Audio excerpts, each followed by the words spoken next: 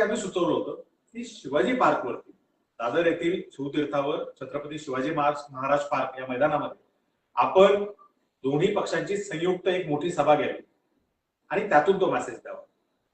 Even मोबिलायझेशनची आपण काळजी करू नका.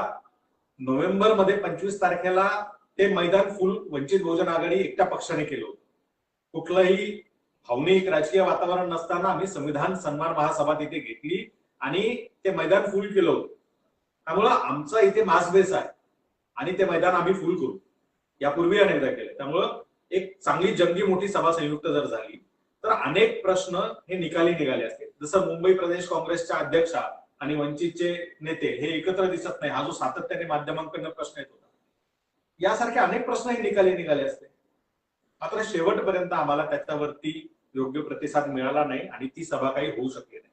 त्यामुळे आम्ही फोकस केला की आमच्या उमेदवारांसाठी आम्ही ज्या ठिकाणी फिरतोय त्या ठिकाणी संयुक्त सभा घ्यायच्या, त्यांचे उमेदवार बोलवायचे आणि त्या ठिकाणी त्यांचा प्रचार करायचा. फक्त एवढंच एक कारणीभूत राहिलं का की काँग्रेसचा मुस्लिम मतदार सोबत आला नाही, तो मेजर फॅक्टर होता.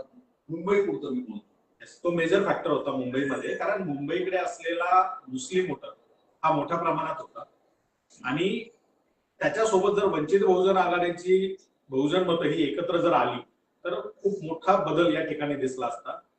मात्र त्यांना जो त्यांचा कोर होता, कारण आता हिंदू मतं ही काँग्रेसकडे राहिलेली नाही. बहुतांश हिंदू मतं ही इतर पक्षांकडे गेलेली आहेत, काही आमच्याकडेही आलेली आहेत. त्यामुळे तो जो एक मुस्लिम मतांव्यतिरिक्तचा जो गठ्ठा होता तो काँग्रेस आधीच गमावून बसली आणि जो शेवटचा राहिलेला होता तो आम्ही सांगत होतो की तो राखून धरा, तो महत्वाचा आहे. त्यासाठी आपल्याला त्या समाजात जाऊन बैठका घ्याव्या लागतील, त्यांचे प्रश्न अजेंड्यावर घ्यावे लागतील, समजून घ्यावा लागेल आणि अगदी आम्ही इथपर्यंत सांगितलं होतं की त्यांना आपल्याला शब्द द्यावे लागतील की हे तुमचे प्रश्न आम्ही 100% सोडवू, मात्र आपल्याला ही निवडणूक जिंकावी लागेल, भाजपला हरवावं लागेल. या पद्धतीनं जर का पुढाकार घेऊन काँग्रेसनं प्रयत्न केले असते ते थांबले असते. त्यांना कोणी थांबा असं म्हणतच नसेल आणि दुसरीकडे त्यांना सतत बोलवणं येत असतील, ते मतदार थांबतील कशाच्या भरोशावर? हा जो निष्क्रियपणा काँग्रेसमधल्या नेत्यांचा होता. तुमच्या जुन्या मित्रांकडे ते गेले, एमआयएमकडे वळाले असं वाटतं? त्यांच्याकडे काही प्रमाणात गेले, सपाकडे काही प्रमाणात गेले, उद्धव ठाकरेंच्या काही पक्षाकडे उमेदवारांकडे काही प्रमाणात गेले.